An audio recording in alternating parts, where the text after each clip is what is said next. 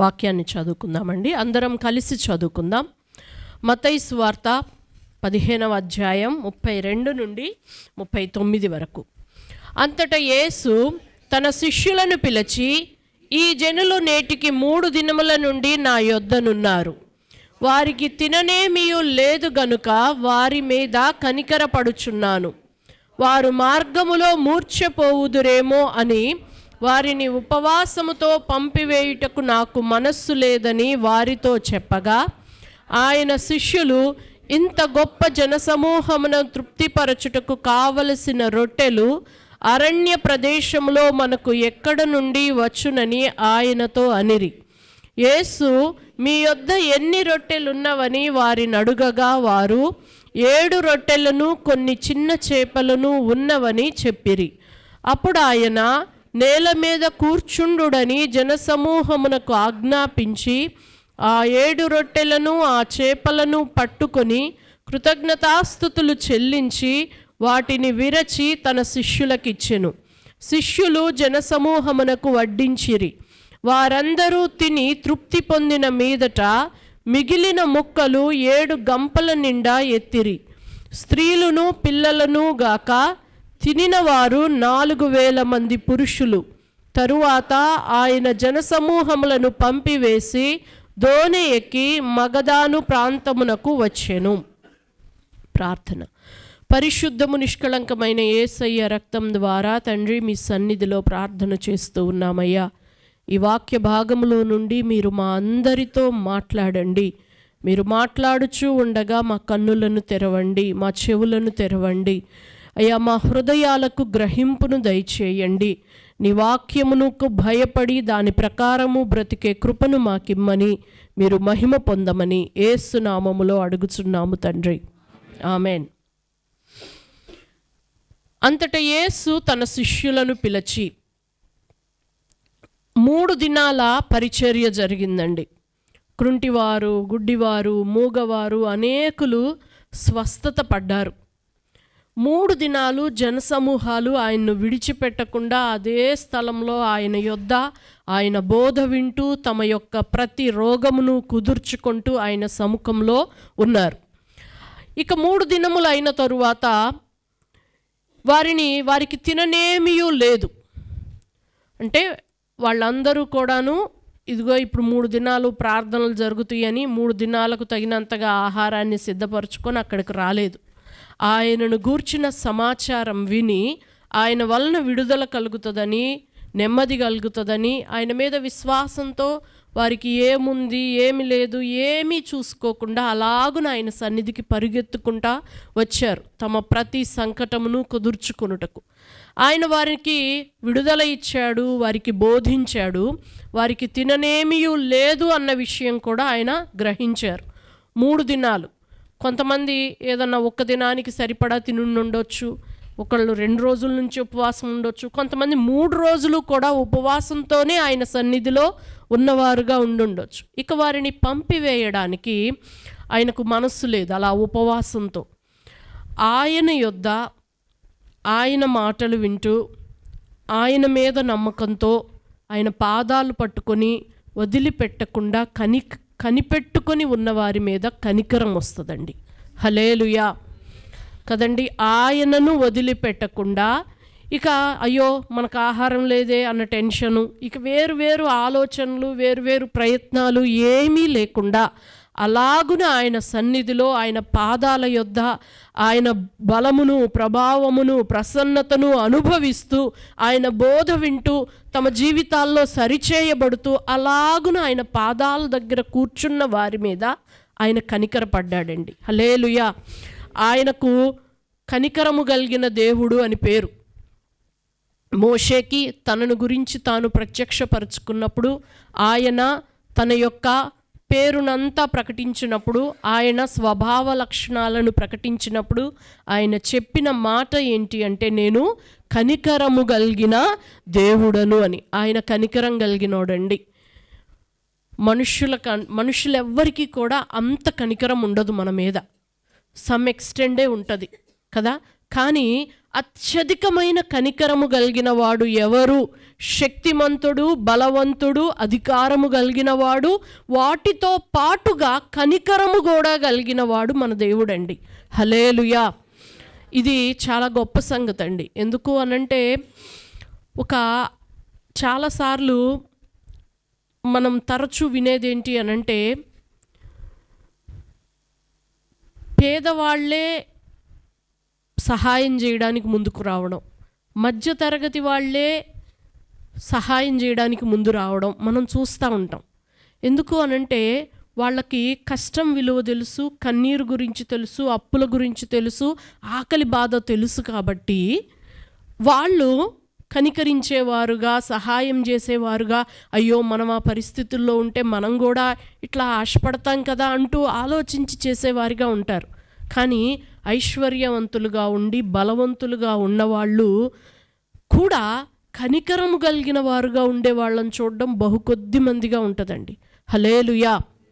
అయితే మన దేవుడు తాను పరిశుద్ధుడయ్యుండి, తాను బలవంతుడయ్యుండి కూడా కనికరము కలిగిన వాడుగా ఉంటూ ఉన్నాడు. ఇది మన దేవునిలో ఉన్న ఒక గొప్ప సంగతి అండి. ఇక్కడ తన యొద్దకు వచ్చిన వారి మీద ఆయన 3 దినాలు తన యొద్దనే ఉన్న వారి మీద కనికర పడుతున్నారు. ఇంకా ఆ సమయానికి కనికరపడ్డమే కాదు, వీరు మార్గ మధ్యంలో మూర్ఛిల్లి పడిపోతారేమో, వీరిని ఉపవాసంతో పంపివేయడం నాకు ఇష్టం లేదు అంటూ ఆలోచిస్తూ ఉన్నారు. అంటే తన పాదాల యొద్ద కూర్చొని ఆయన కృప కొరకు కనిపెడుతూ, ఆయన యందు భయభక్తులు కలిగి అలాగున ఆయన చెంత ఉన్నవారి యొక్క మార్గాలలో వారు కష్టపడకుండా పడిపోకుండా ఉండేటట్టుగా కూడా దేవుడు ఆలోచన చేసేవాడు. హల్లెలూయా. ఆ టెంపరరీగా మనం వచ్చిన సమస్య గురించి మాత్రమే ఆలోచన చేసి, ఒకడు ఆ పై వచనాల్లో మనం చూస్తే రోగగ్రస్తులు వచ్చారు, కుంటి వాళ్ళు వచ్చారు, గుడ్డి వాళ్ళు వచ్చారు, వారి సమస్యతో వచ్చారు. నేను సమస్య నుంచి విడుదలిచ్చాను, అయిపోయింది, ఇక ఇంతకంటే ఎవరు చేస్తారు అనుకోవట్లేదు. తనని దగ్గర కనిపెట్టుకొని అలాగున ఉన్నవారు వారి మార్గాలలో కూడా వారు మూర్ఛిల్లకుండా ఉండేటట్టుగా వారి కొరకు ఏదైనా ఆలోచించాలి, ఏదైనా ఒక పని చెయ్యాలి అన్న ఆశ కలిగిన దేవుడు మన దేవుడు అండి. హల్లెలూయా. ఆయన్ని కనిపెట్టుకొని ఉంటే అండి, తర్వాత మన జీవిత యాత్రలో కూడా, మన మార్గాలలో కూడా మనం మూర్ఛిల్లకుండా మన గురించి లక్ష్య పెట్టేవాడిగా మన దేవుడు ఉంటూ ఉన్నాడు. హల్లెలూయా. అంజీ, వాడిని లేపు నాన్న, నువ్వు నిన్న నాకేం చెప్పావురా?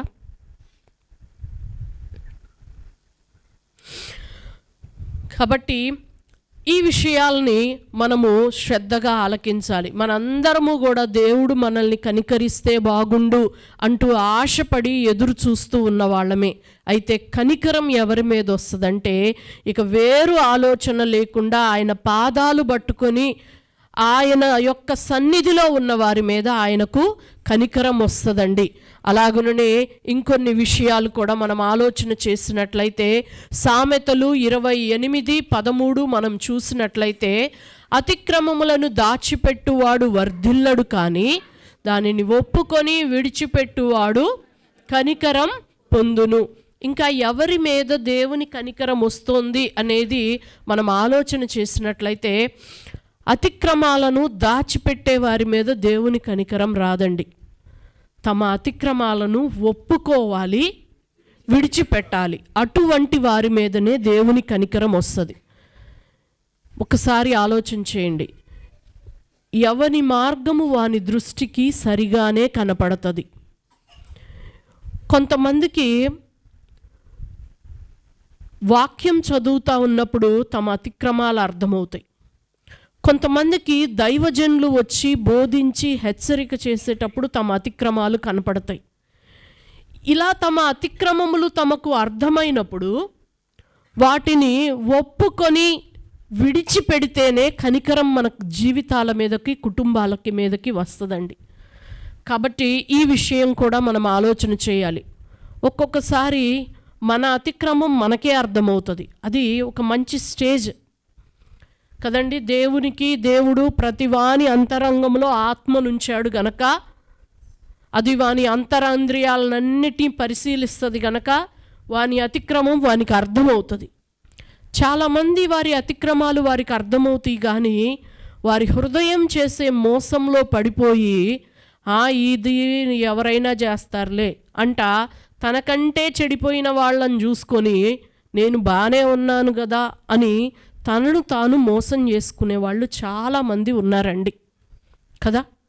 అంటే అలాంటి వాళ్ళు ఇక మనకి అంటే దావీదు చేసిన తప్పు దావీదుకు తెలియదా? దైవజనుడు ఎందుకు రావాల్సి వచ్చింది అని అంటే తను రాజు కనుక కొన్ని ఎగ్జంప్షన్స్ ఉన్నాయి అనుకుంటాడు. కొంతమంది అండి అలాగే ఉంటారు, మా పరిస్థితులను బట్టి ఎగ్జంప్షన్ ఉన్నాయి అనుకుంటారు, మా రీజన్స్ని బట్టి ఎగ్జంప్షన్స్ ఉన్నాయి అనుకుంటారు. కానీ దేవుడు ఏమని చెప్పాడు?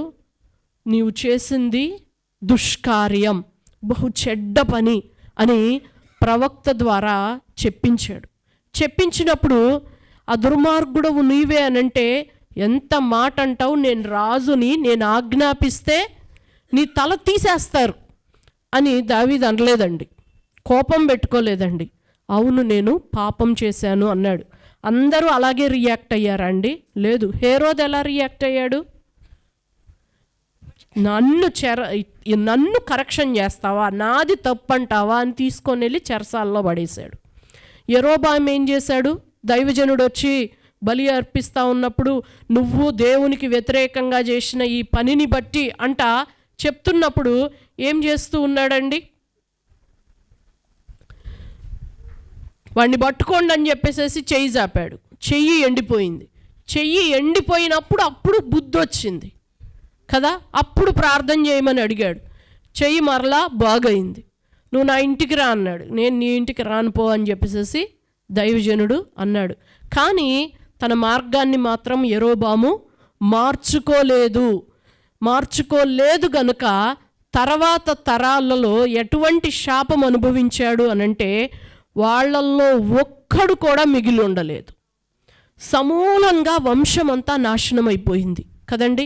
అంటే తమ అతిక్రమములు ఒప్పుకొని, చాలామందికి దీనావస్థ వచ్చినప్పుడు మాత్రమే అతిక్రమాలను ఒప్పుకుంటారండి. వాళ్ళకి మంచిగా ఫుడ్ గడిచేటప్పుడు, ఒంట్లో ఆరోగ్యం బాగున్నప్పుడు, చేతి నిండా డబ్బులు ఉన్నప్పుడు అతిక్రమాలను ఒప్పుకోరు. నిజమండి, నిజం. తమకు అధికారం ఉన్నప్పుడు తమ తప్పు తప్పుగా కనపడదు. రోగం వచ్చి మంచం ఎక్కినప్పుడు అప్పుడు తప్పులు కనపడడం ప్రారంభిస్తాయి. ఇది కరెక్ట్ కాదండి, కరెక్ట్ కాదు. దేవుని ముఖకాంతిలో మన పాపం కనబడినప్పుడు, వాక్యం ద్వారా మన పాపం కనపడినప్పుడు, దైవజనులు హెచ్చరిక చేసినప్పుడు మన పాపం కనపడినప్పుడు ఒప్పుకునేవారిగా, దాని విషయమై పశ్చాత్తాపపడేవారిగా, విడిచిపెట్టేవారిగా మనం ఉండాలండి. ఒక్కొక్కసారి దేవుడు యోబులో అంటాడండి, ఒకడికంట శరీరంలో బాధ, ఎముకలలో నొప్పి కలిగి మంచం ఎక్కుట ద్వారా దేవుడు వాణ్ణి శిక్షణ ఇస్తాడంట. అంటే ఒకడికి ఆరోగ్యం బాగున్నప్పుడు, చేతిలో డబ్బులు ఉన్నప్పుడు, ఒంట్లో బలం ఉన్నప్పుడు వాడి తప్పులేమి కనపడవన్నమాట. వాడు చేసింది తప్పు అని ఎవరైనా హెచ్చరిక చేసినా సరే కావాలంటే వాళ్ళ మీదనే రివెంజ్ ప్లాన్ చేస్తాడు, కావాలంటే వాళ్ళనే దమ్కి ఇవ్వాలని చూస్తాడు. కానీ ఇంకా దేవుడు వాడి ఎడల గనక కొంతమంది అలాగ ఉంటే దేవుడు వదిలేస్తాడండి. ఇక వదిలేస్తాడు, వాళ్ళ మానాన వాళ్ళని వదిలేస్తారు. కానీ దేవుడికి ఇంకా వాడి మీద ఏదన్నా కొంచెం ప్రేమ కనికరం ఉంటే వాడిని మంచం మీద పడేస్తాడు. చాలామందికి అర్థం కాదు, దేవుడు కోపం వచ్చింది కాబట్టి మంచం మీద వేసాడు అనుకుంటారు. కాదండి, మనకు కలిగే కష్టాలు, నష్టాలు, శ్రమలు అన్నీ కూడా దాని వెనక ఒక ప్రేమ కారణం. ఏంటా ప్రేమ అంటే, కనీసం అన్నీ బాగున్నప్పుడు నువ్వు పశ్చాత్తాపడలేదురా, నీ అతిక్రమం విషయమై నువ్వు దుఃఖపడలేదు, మారు మనస్సు పొందలేదు, ఈ పరిస్థితుల్లో నన్నా మారు మనస్సు పొందు అంటూ మంచం మీద పడేస్తాడు. ఆ పరిస్థితుల్లోనైనా తమ అతిక్రమములను ఒప్పుకొని విడిచిపెడితే దేవుడు కనికరించే దేవుడుగా ఉన్నాడు. హల్లెలూయా, హల్లెలూయా. ఇది మన జీవితాల్లో ఉండాలండి. దేవుడు మొట్టమొదట మన మనస్సాక్షినే ఒక దీపంలాగా పెట్టి మన తప్పు మన కన్నుల ఎదుట పెడతాడు. దాన్ని కూడా ఒప్పుకోకపోతే దైవజనులు యోహాను గురించి ఏమన్నాడు? నీవు మండుచు ప్రకాశించుచున్న దీపము వలె ఉన్నావు. అలా దైవజనులు దీపం వలె ఒక వాక్యాన్ని పట్టుకొని వస్తారు. కొంతమందికి అది కూడా నచ్చదు. యథార్థవర్తనుడైతేనండి తన విని మార్చుకుంటారు, భక్తిహీనుడైతే ముఖం మార్చుకుంటాడు అనుంది. అపహాసకుల్ని గద్దించువాడు ఏమంటాడు? బాధను పొందుతాడంట. అదే నీతిమంతుల్ని గద్దిస్తే వాళ్ళు తైలాభిషేకం అనుకుంటారు, మరింత మార్పు నొందుతారు కదా. అసలు యోబు గ్రంథం చదువుతూ ఉంటే అండి, యోబు దగ్గరకు వచ్చిన 3 స్నేహితులు అంటారు, దేవుడు అన్యాయస్తుడు కాదు, నువ్వు ఈ పరిస్థితుల్లో ఉన్నావంటే నువ్వు ఏదో తప్పు చేశావు, దేవుడు అన్యాయస్తుడు కాదు, దేవుడు అన్యాయస్తుడు కాదు అని అంటే యోబు అంటాడు, ఎందుకు ఇట్లా నా మీద లేనిపోని మాటలు కల్పిస్తున్నావు? నేను తప్పు చేశానా? సరే, నేను ఏ విషయంలో తప్పు చేశానో ఆ పర్టిక్యులర్ విషయం నాకు చెప్పయ్యా, చెప్పండి, నేను ఎదురు చూస్తున్నాను, నా చెవులన్నీ ఇట్లా విప్పార్చుకొని ఎదురు చూస్తున్నా. నువ్వు ఏదో తప్పు చేసావు కాబట్టే వచ్చింది, ఏదో తప్పు చేసావు కాబట్టే వచ్చింది కాదు, నేను చేసిన తప్పేంటి, ఇదిగో ఈ విషయంలో నువ్వు తప్పు చేశావు, ఈ విషయంలో నువ్వు తప్పు చేసావు, ఇలా నాకు బోధించండి, చెప్పండి అంటూ తన స్నేహితుల్ని బ్రతిమలాడతాడండి. వాళ్ళు పాయింట్అవుట్ చేసి ఏది చెప్పలేరు. జాగ్రత్త. ఒక్కొక్కసారి మన దీనావస్థలో చాలామంది ఏదో చేసే వీడి స్థితికి వచ్చాడని అంటారు. అట్లా అనడం కాదు, నిజమైన స్నేహితులైతే మనల్ని పర్టికులర్గా ఈ పాయింట్ దగ్గర నువ్వు చెడిపోయావని చెప్పగలగాలండి. అసలు అలా చెప్పే వాళ్ళ దగ్గరికి ఎప్పుడన్నా వస్తారా? నేను ఏ పాయింట్ దగ్గర పాడైపోయాను. ఎందుకంటే అండి, చాలామంది చాలా విషయాల్లో చాలా మంచిగా ఉంటారు, ఒక్క విషయం దగ్గరే పడిపోతారు. ఆ ఒక్క విషయము ఏంటి, నాకు అది తెలిస్తే బాగుండు అని అనుకోవడం భక్తి సాధనండి. హల్లెలూయా. ఏంటి ఆ పాయింట్ నాకు చెప్పు అని అడగగలగాలి అంటే నిజంగా ఒక ధైర్యం ఉండాలి, ఏదో చేశాను, ఏదో కాదు, పాయింట్ చెప్పగలిగేవాడు నిజంగా స్నేహితుడు. యథార్థంగా నేను చెప్తున్నాను, మీలో ఎవరైనా దైవజనుల దగ్గరకు వచ్చి కానీ ఎందుకు మేము ఏ విషయంలో ఎగ్జాక్ట్ పాయింట్ అన్నది అడగగలిగితే, నిజంగా సరి చేసుకునే మనసుంటే అడగగలిగితే గనక అది మన జీవితాలకు ప్రయోజనకరంగా ఉంటుందండి, ప్రయోజనకరంగా ఉంటుంది. హల్లెలూయా. అయితే ఇక్కడ కనికరము, ఆయననే కనిపెట్టుకొని ఆయన పాదాల యొద్ద ఉన్నవారికి కనికరం కలుగుతుంది. తన అతిక్రమములను ఒప్పుకొని విడిచిపెట్టు వానికి కనికరం దొరుకుతుంది. ఇంకా మనకి మత్తయి 5:7 తెలుసు, కనికరము గలవారు ధన్యులు, వారు కనికరం పొందుదురు. అలాగే యాకోబు 2:13 కూడాను, కనికరము చూపని వాడు కనికరము లేని తీర్పు పొందును, తీర్పు కనికరము తీర్పును మించి అతిశయపడును అని ఉంటుందండి. అంటే కనికరం లేకపోతే కనికరం లేని తీర్పే వస్తుంది, కనికరం ఉంటే కనికరం కలిగిన తీర్పే వస్తుంది.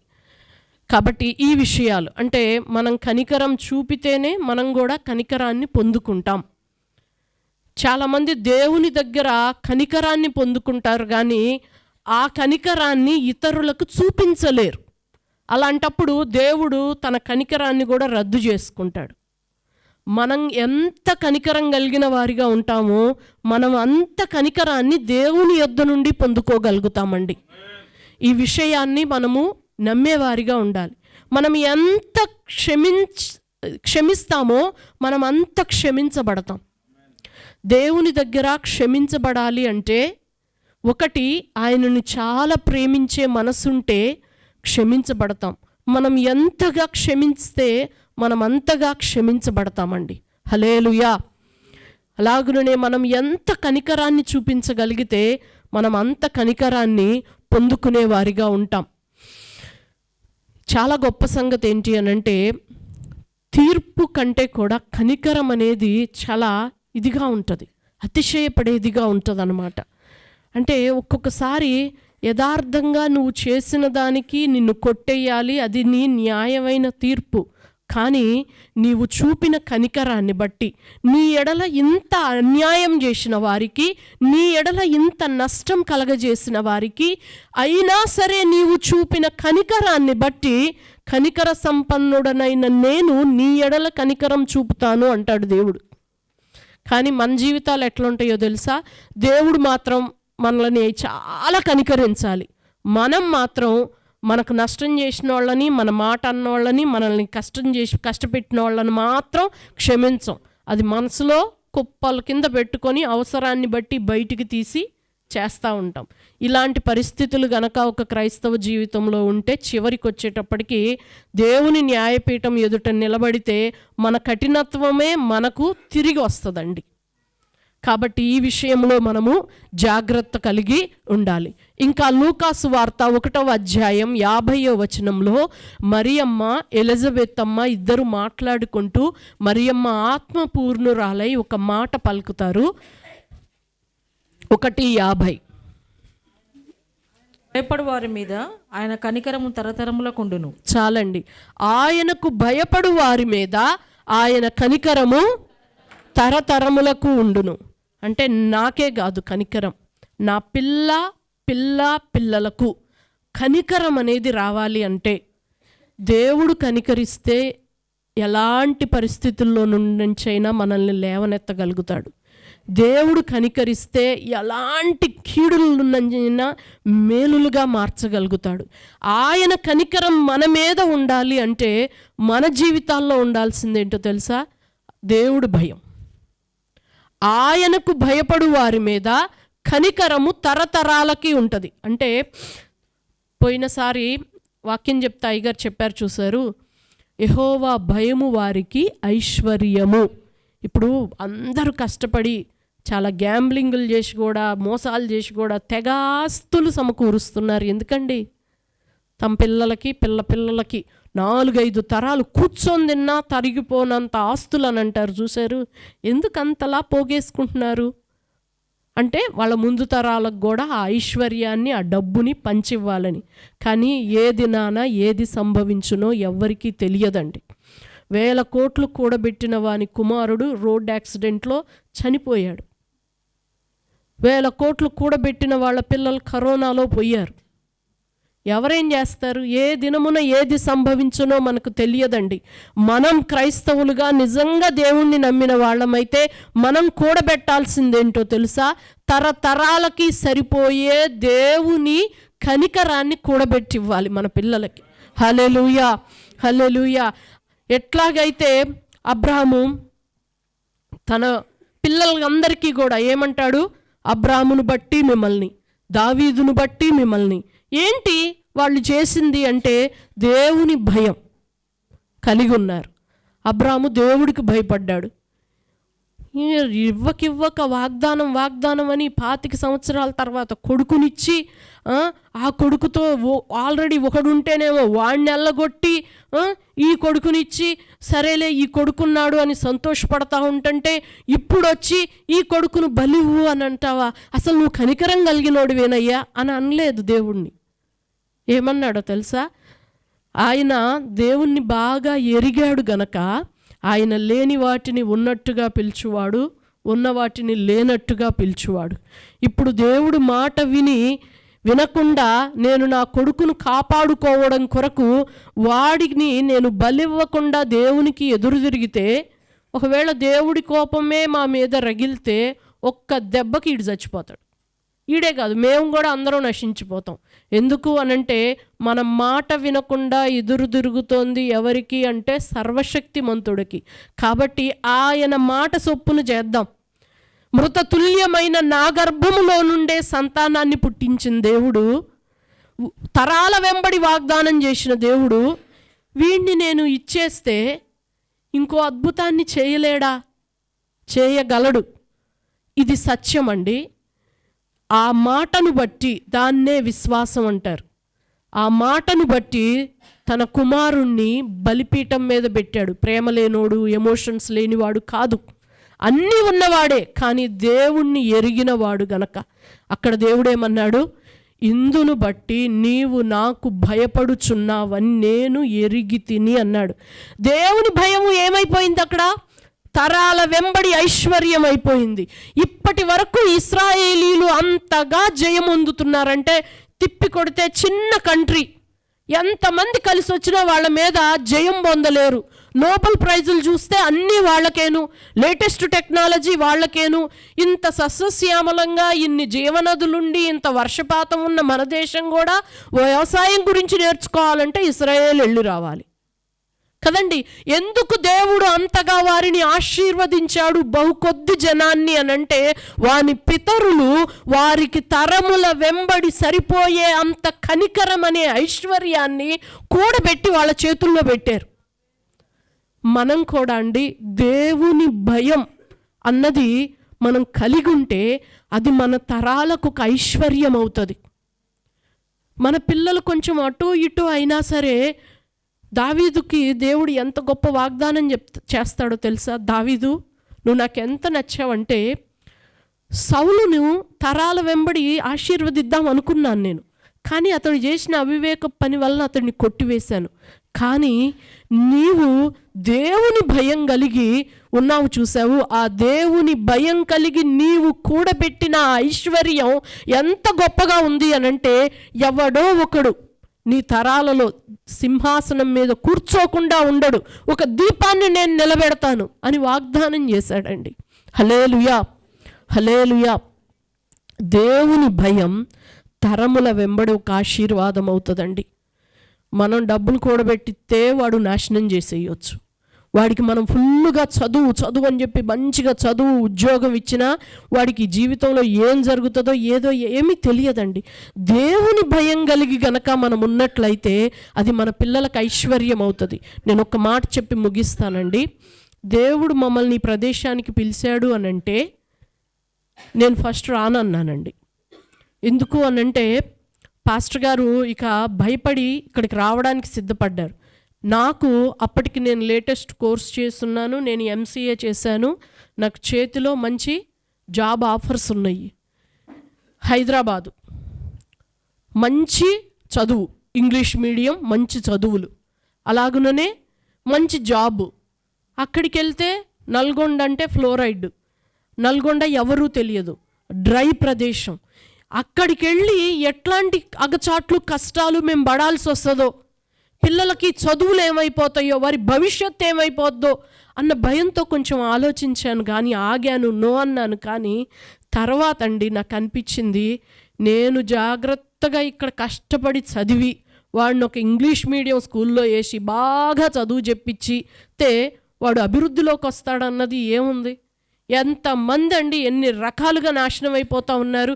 స్నేహితుల వల్ల నాశనం అవ్వచ్చు, వాడికి జబ్బు చేసి వాడు పోవచ్చు, వాడికి సర్టిఫికేట్ ఉన్న ఉద్యోగం రాని దరిద్రం పట్టుకోవచ్చు. దేవుడి కరుణ అనేది లేకపోతే మన జీవితాల్లో, మన పిల్లల జీవితాల్లో ఆశీర్వాదం ఉండదు. దేవుడు మాట చెప్పాడు కాబట్టి ఆయన మాట నమ్మి ఆ ప్రదేశానికి వెళ్తే దేవుడే నా పిల్లలకి ఓపెనింగ్స్ ఇస్తాడు, దేవుడే నా పిల్లల్ని హెచ్చిస్తాడు, వాళ్ళ భవిష్యత్తు ఆయన చేతుల్లోకి తీసుకుంటాడు. దేన్ని బట్టండి? దేవునికి భయపడడమే మన ముందు తరాలకు మనం ఇచ్చే ఆశీర్వాదం, ఐశ్వర్యం అండి. ఆయనకు భయపడు వారి మీద, పాస్టర్కి భయపడడం కాదు, అమ్మా నాన్నకు భయపడడం కాదు. అంటే పాస్టర్కి భయపడితే పాస్టర్కి తెలిస్తే బాధ అవుతుంది అన్నమాట, తప్పు చేశామని. దేవుడు ఇమ్మానుయేలు సదా మనతో ఉన్నాడు, ఈ తప్పు ఏంటి దేవుడు చూశాడన్న భయం ఉండదు, పాస్టర్కి తెలియొద్దు. ఎందుకు? పాస్టర్ అంటే కొంచెం భయం. అందులోనూ ఈ పాస్టర్ గారు ఏది తెలిసినా సరే ఈ మొహం మీదే పెట్టి చెడామడా అడిగేస్తాడు కాబట్టి పాస్టర్కి తెలియకుండా ఉంటే చాలు. ఇది పాస్టర్ భయం అండి, దేవుడు భయం కాదు. అలాగనే అమ్మా నాన్నకు తెలియకపోతే చాలు, భార్యకు తెలియకపోతే చాలు చేసే ఎదవ పని, భర్తకు తెలియకపోతే చాలు చేసే ఎదవ పని. ఎవరి భయం ఉందండి? దేవుడి భయం ఉందా? ఎవరి భయం ఉంది? దేవుని భయం ఉన్నవాడికి హృదయంలో పరిశుద్ధత ఉంటుంది. ఒక్క మాట తేడా వచ్చినా వాడు బాధపడిపోతాడు, ఒక్క చూపు తేడా వచ్చినా వాడు బాధపడిపోతాడు, ఒక్క క్రియ తేడా వచ్చినా వాడు బాధపడతాడు, దుఃఖపడతాడు, పశ్చాత్తాపడతాడు. ఎందుకు? దేవుడి భయం ఉంది. దేవుడంటే హృదయాన్ని అంతరంగాన్ని పరిశీలించే నీతి కలిగిన వాడు కదా అన్న భయం ఉంటుందండి, భయం ఉంటుంది. కాబట్టి దేవుని భయం అండి మనం పిల్లలకిచ్చే ఒక ఐశ్వర్యం, తరాల వెంబడి ఇవ్వగలిగే ఒక ఐశ్వర్యం. కాబట్టి ఈ దినాన దేవుడి భయాన్ని కలిగి ఉందామండి. కాబట్టి ఈ విషయాలు మన హృదయంలో ఉంచుకుందాం. ఆయనతోనే ఉంటే ఆయన కనికరం చూపిస్తాడు. అతిక్రమాలను దాచిపెట్టకుండా వాటిని ఒప్పుకొని యథార్థంగా విడిచిపెట్టగలిగితే మనం కనికరం పొందుతాం. మనం కనికరం చూపించామా ఇతరులకి, మనం కూడా దేవుని దగ్గర కనికరాన్ని పొందుకుంటాం. యథార్థంగా చెప్పాలంటే ఫస్ట్ దేవుడు మనల్ని కరుణించాడు, క్షమించాడు, దీవించాడు. మనం అది పొందుకున్నాం గనక ఇతరుల్ని క్షమించాలి, దీవించాలి, కరుణించాలి. అక్కడ కూడా చేయలేదనుకోండి, చివరికి నిత్యమైన తీర్పులో కొట్టివేయబడతాం. అలాగనే ఆయనకు భయపడితే గనక తరాల వెంబడి ఒక దీవెనను మనం చూడగలుగుతాం. దేవుడు అట్టి కృపతో మనల్ని నింపి నడిపించాలని ప్రార్థన చేసుకుందామండి. ఒక చిన్న ప్రార్థన. పరిశుద్ధము నిష్కళంకం